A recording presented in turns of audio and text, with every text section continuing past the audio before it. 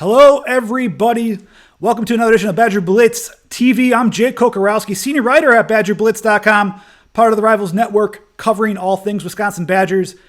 Great show coming up today. Why is that? Well, folks, guess what?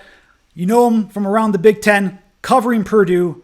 Good friend of mine, one of my favorite people to talk to on the beat, Tom Dienhart from GoldenBlack.com, our Rivals cousins that cover all things Purdue. Tom, we're having some fun today. How are you doing, my friend? Doing good. We're getting closer to game day here, Jake. Thanks for having me, buddy. Always good to hear your voice and see your face. And yeah, we're in the midst of the season, the halfway point, right? Exactly. We got a pretty good idea how good teams are, but there's still a lot of road in front of us for a lot of crazy things to happen. Exactly. I mean, and looking at Purdue right now, 4-2 overall, 2-1 in the Big Ten. Big matchup with Wisconsin, Purdue, number 25 Purdue for that matter, in the AP poll. And I guess first question for you off the bat, what's been standing out in your point of view from this team through 6 games that have gotten them to these 4 wins, in this season for Jeff Brom's program? Really, Jake, it's the defense without a doubt. I don't think anybody expected this defense to play as well as it has this season. When you consider it's an entirely new defensive staff, all 4 coaches, 3rd coordinator in 3 years. They brought in 6 transfers on defense. My point is there's just a lot of new moving parts when the season began on defense. So most people didn't expect this defense to play as well as it has, but it certainly exceeded expectations, Jake. I mean, only allowing 14 points per game this year. I think that ranks in the top 10 in the country. They're down in every phase: rush defense, pass defense, total defense. The numbers are the best ever under Jeff Brom. So from game 1 to game 6, this defense has played well enough for Purdue to win every game. And it's going to have a chance, I think, to keep them in about every game this year. Now, the question for Purdue is, which you never expect from Purdue, right? Can the offense score enough points? And that's been the conundrum for Purdue, We could talk about it here later, but the Boilermakers tried something different Saturday at Iowa to spark their offense, and it certainly worked. Absolutely. We'll get to the offense in just a second. First off, talking about injuries, we always ask this question whenever it comes to beat writer Q&As, just who's out, who's back in, who's iffy, and how can that make an impact on Saturday for Wisconsin versus Purdue? They have relatively good health, Jake. They still are going to probably be missing their number 1 running back, Xander Horvath. He broke his left fibula in the 2nd game of the year at Connecticut way back on September 11th. Hasn't played since. We asked Coach Brom about the possibility of Xander playing against the Badgers on Monday. He was not optimistic that day. And we'll double check with him later this week, but don't expect Horvath to play. Otherwise, they're missing a receiver on offense who they really can get by without. But again, bottom line, offensively, they're in good health. Even defensively, they are going to be without their number 1 cornerback, Corey Trice, who I think is probably a future pro. But like Xander Horvath, Jake, Corey Trice has hardly played this year. And it was officially ruled out for the season last week. He hurt a knee in practice. But again, Purdue's been playing without him as he's dealt with other injuries earlier this year. So other than Corey Trice and Xander Horvath, Purdue should be in pretty good shape. And like I was trying to point out, they've learned to adapt and excel over the last 3 or 4 weeks without both those players anyway. Now, you talked about the offense a little bit earlier in a great, I would say, a great preview going into that. Take a look at some quick stats as folks will see up here on our YouTube channel here on BadgerBlitz TV. Points per game, 23.7. That's 99th in the FBS. You mentioned that earlier. Rushing yards per game. We know Purdue necessarily hasn't had, I wouldn't say maybe necessarily success, but they haven't focused on that as much. With this season, they're 88.8 yards per game on 2.8 yards per carry. Receiving yards per game or passing yards per game, 334.2. That's 2nd in the Big Ten, 10th in the FBS in the nation there. 3rd down conversions hitting on over 45%, nearly 46%.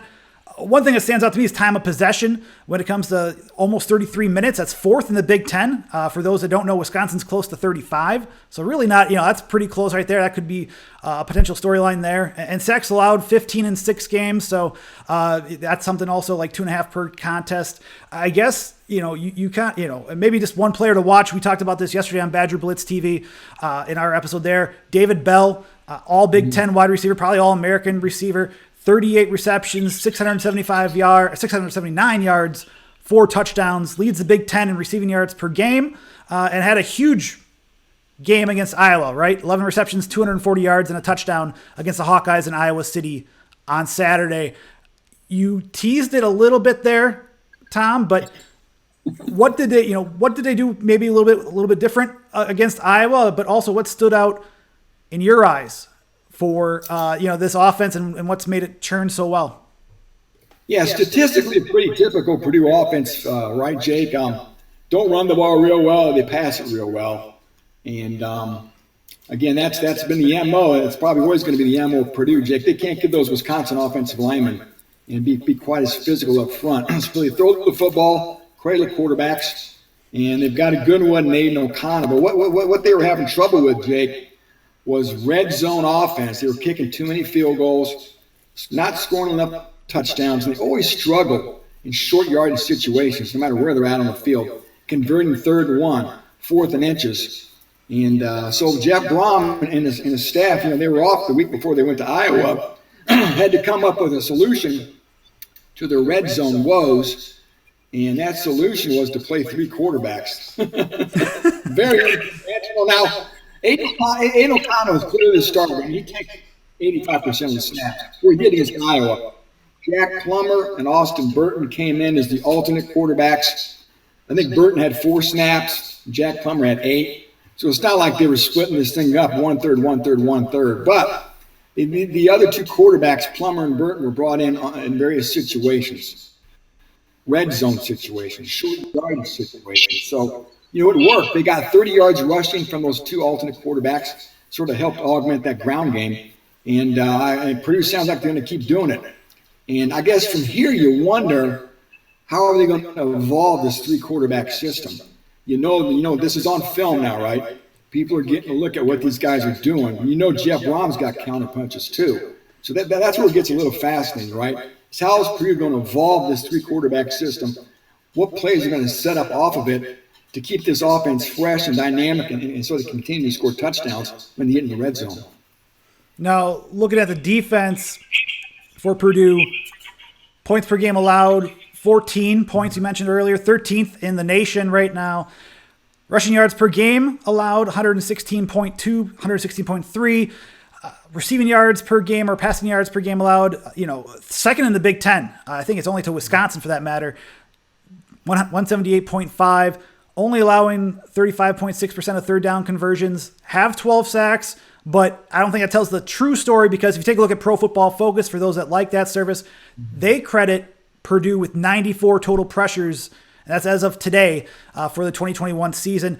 Of course, the big name to watch, George Karlaftis, the season 22 tackles, 5.5 for loss, 3 sacks only, quote unquote, but Pro Football Focus, now I have this outdated slide that says 29 total pressures per Pro Football Focus. It's actually 30. I checked today, so they've actually upgraded his grade even from 86.8 to 87.2, if for folks that do like that service. So I guess first off, what makes Karlaftis so dynamic, but also who else should fans know about for that Purdue defense that has made it so good? Yeah, number 5. He's the real deal, Jake. He's the rare guy who's very talented and he works hard. So many guys, sometimes you guys who are talented, they don't work hard. You guys who aren't talented, they work hard. But big George Karlaftis, number 1, is talented and works hard. Football is really important to him. Relentless effort on every snap. Great with his hands. Just tremendous with his hand fighting, getting offensive linemen's hands off him. And again, has been a playmaker despite not having, I guess, staggering numbers. But you pointed out the pressures, and they still are disrupting quarterbacks, getting them out of their rhythm, although not getting a lot of sacks. Oh, they did get 4 sacks last weekend at Iowa. But still, they're affecting the other passer, which is what they want to do.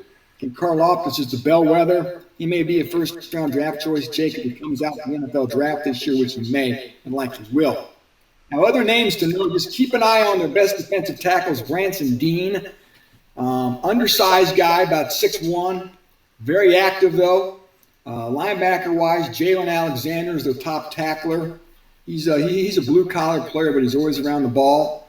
And fellow linebacker Jalen Graham, number 6. Circle him. He's probably a future pro. I call him a pterodactyl. He's got a freaky build. He plays a weak side linebacker spot, can play in space and likes to hit. In the back end, Jake, I tell you what, they've exceeded a lot of expectations. I talked about Corey Trice, their number 1 cornerback, who's out for the year, hardly played to begin with. But they had a transfer from Kentucky named Jamari Brown, who's come in and played pretty well in place of Trice. The other cornerback's a 5th-year senior who's solid, but they've got 2 safeties who I think are a little bit cuts above. One is Marvin Grant, a real big hitter. The other one is Cam Allen, who's the reigning Big Ten Defensive Player of the Week, a guy who's always around the ball. Had 2 picks last week at Iowa. So, again, I really like the back half of that defense. But really, Jake, as you know, football always begins up front on both sides of the ball. And that defensive line led by Karlaftis and Branson Dean has really been what set the tone for this defense this year. Now, one question I have, too. I took a look at Purdue's roster, right, the coaching staff. They have 3 assistants listed as co-defensive coordinators. And I was like, what? Like, how do they coexist, and who calls plays? How, from your vantage, like, how do they call that defense when having 3 co-defensive coordinators? Yeah, Jeff Brom wants a very collaborative coaching staff. I'll just say this: last year's staff was not collaborative. It was a disaster. I mean, I don't want to mince words. Bob Diaco was the coordinator. Just wasn't a good room for everything I've heard. It was Bob Diaco's word, and that was it. Well, this year, totally different. There's a lot of collaboration. Mark Hagan's a defensive line coach. He's a co-coordinator, a veteran coach. Brad Lambert, co-coordinator, linebackers coach. He's been a head coach. And then you have Ron English, the secondary coach, who's been a head coach. They all work together, Jake, but on Saturday, when it comes to calling the defense, Brad Lambert's the guy in the press box calling the defense. So he's the one pushing the buttons. But Monday through Friday, they all obviously work together and have input. So again, I know it really looks funny to see that. But again, these are veteran coaches. You know what is working. I mean, like I said, these defensive numbers for Purdue. I have a story on our site right now that talks about the last time Purdue had defensive numbers this low. In some instances, you got to go back to the 70s. It's been that long. So this is easily Jeff Brom's statistically his best defense. And like I said, it's kept him in every game this year. And I think it's got a chance, Jake. As much as this may chagrin your listeners and viewers, I think it has a chance to keep Purdue in the game against Wisconsin because this Badger offense seems very much like Iowa's offense. I know Wisconsin's got a great defense, so it's going to be a fun matchup with 2 very good defenses. It's going to probably come down to which offense can figure it out. Exactly, and also which offense doesn't turn the ball over, because Wisconsin, as we know, has turned it over 15 times in 6 games and has only created 4 turnovers. And that kind of leads me into my next question, one of the last 2 for you before we let you go, Tom. When it comes to edges and advantages, where do you see Purdue having an edge against Wisconsin? I think maybe the passing game may be around that. Maybe I'm hitting there. But also vice versa, where do you think the Badgers have an edge or an advantage over the Boilermakers coming up on Saturday? Yeah, real quick on that turnover note you had about Wisconsin. Purdue's really struggled too, Jake. They did get 4 takeaways last weekend, but going into that game, they were last in America. They only had 2 takeaways all year. They still haven't recovered a fumble. And I'll be honest with you, Jake, against Iowa, three of the interceptions came very late in the game. They really weren't that consequential. So really, Purdue's only had 2 significant takeaways this year in my mind. One was way back in the Oregon State game in the opener. But I digress. As far as advantages and disadvantages for Purdue, the passing game, I guess. We talked about David Bell. I tell you what, the Purdue receiving corps extends beyond his talents. They've got plenty of other good receivers. Milton Wright, number 0. Watch Milton Wright. He's built similar to David Bell, a bigger wideout. TJ Sheffield works in the slot. scored a touchdown last week. He's a guy to keep your eye on as well. And Purdue's getting back, or got back, it's tight end, Payne Durham. Payne Durham is one of the more underrated tight ends in the Big Ten. So he's a guy that like to work in the middle of the field, and he's great on third downs, and the quarterbacks trust him. So I think passing the football, you got to give Purdue a little bit of an edge there. And as far as, Wisconsin against Purdue, Jake, you wonder about, Purdue's ability, I still think, to really slow down Wisconsin. I mean, I know their offense has struggled, but I guess they always are going to be physical up front. And as a Purdue person, Purdue fans, I'm sure they're still always worried about Wisconsin getting physical with them, manhandling them. Even though I know Purdue's defense is better, you still wonder if you're a Purdue fan when you consider this is a program that's beaten them 14 times in a row. And Purdue hasn't beaten these guys since 2003, Jake. You're probably in junior high then. So it's going to be interesting, I think. And, Purdue fans think this may be the most vulnerable Wisconsin team they've seen in a number of years. As you know, the last time they came to West Lafayette, they got out of here with a 3-overtime win, 44-41. It was a crazy game. And Purdue almost had them that day, Jake. And Wisconsin got out here again. But this is even crazier stat for you. Purdue hasn't beaten the Badgers in Ross-Ade Stadium since 1997. Think about that. That was Joe Tiller's first year as Purdue coach. 1997 was the last time Purdue beat the Badgers in their own stadium. So, I don't want to bore you with history, but Wisconsin's just been a major tormentor to this football team. 2004, the only time game day's ever been in West Lafayette. Purdue was 5-0, ranked in the top 5 in the country. Kyle Orton was a top Heisman contender. The Badgers came in here and knocked them off late after a late Kyle Orton fumble that Wisconsin scooped and scored on. And Purdue's program really has never been the same since then. It's really never been the same since then, Jake. And like I said, this would be a cathartic Saturday for Purdue if they can finally get this Badger curse lifted. I say the lore of Scott Starks still continues in Madison, from what I heard. I forgot to ask defensive coordinator Jim Leonard about that game during his availability earlier this week, because obviously that was his last season as a Wisconsin defensive player, defensive standout, All-American, and all that. Which I guess that goes into my last question for you, Tom. Predictions for this. Looking at it, who do you feel comes away with the win on Saturday? Does Purdue lift this curse? Do they exercise the demons of the Kyle Orton fumble? Do they come out in West Lafayette with a victory over the Badgers on Saturday? I think they do. I do. Wisconsin, last I checked, Jake, was a 2-point favorite. And according to our research, we're not sure if Purdue's ever been a ranked team at home and been an underdog to an unranked team. I mean, I'm not saying Purdue deserves to be ranked 25th in the country. They probably don't. And that's another piece of history. This is the first time Purdue's been ranked since 2007. 14 years ago was the last time they were ranked. And so they have a number by their name this week, forever that's worth. But they are a 2-point underdog at home. I still think they find a way to finally gut it out, not to come off as a homer. But I just think coming off that win last week, 24-7 at Iowa, I think they're onto something on offense here, Jake, with this quarterback thing, and it's given them it's given them some confidence, and it's a little gimmicky, but again, like I said, it's mostly Aiden O'Connell still playing quarterback, but this little wrinkle is giving them some confidence, help energize the ground game a little bit. I talked about the defense for Purdue, pretty stout. And you guys know about Wisconsin's issues. It still seems like they're trying to sort things out offensively in particular. So I think it's going to be a close game.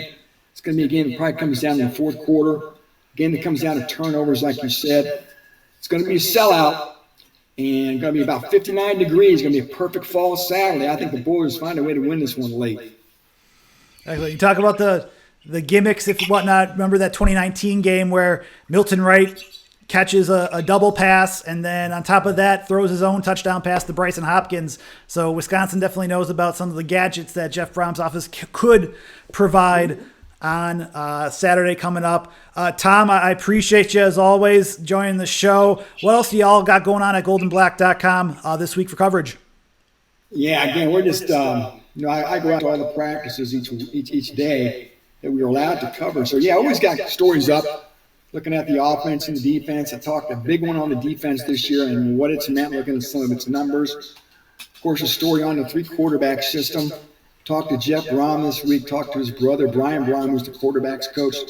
Talked to Jack Plummer, Austin Burton. And so, yeah, we always got an array of coverage that deals with the Boilermakers, and, of course, looking forward to this coming foe, Wisconsin as well. And, yeah, I know you guys, too, your site's loaded with some good information, Jake. And like I said, it's a great time of year. October, Big Ten football doesn't get any better than this. It really doesn't, Tom. I appreciate you jumping on the show, my friend. I won't be down there, unfortunately, but coming up soon, we'll have to have first round on me, my friend. Appreciate you. I'll have a little Coca-Cola for you in the press box in your honor. I appreciate you, my friend. Folks, that's Tom Dienhart from goldenblack.com. We're going to end the show real quick. Just as a quick reminder, of course, go to goldenblack.com or purdue.rivals.com. Go for us, wisconsin.rivals.com or badgerblitz.com. Please subscribe to this YouTube page. It is free. Hit those thumbs up signs, please, and subscribe as we try to grow this YouTube channel out more. Follow us on Twitter. Like us on Facebook. Search Wisconsin Badgers on BadgerBlitz.com too. For everyone here for Tom Dienhart, I'm Jake Kokorowski. Y'all have a good start. Continuing having a good start to the week. We'll talk to you Thursday or Friday here on Badger Blitz TV.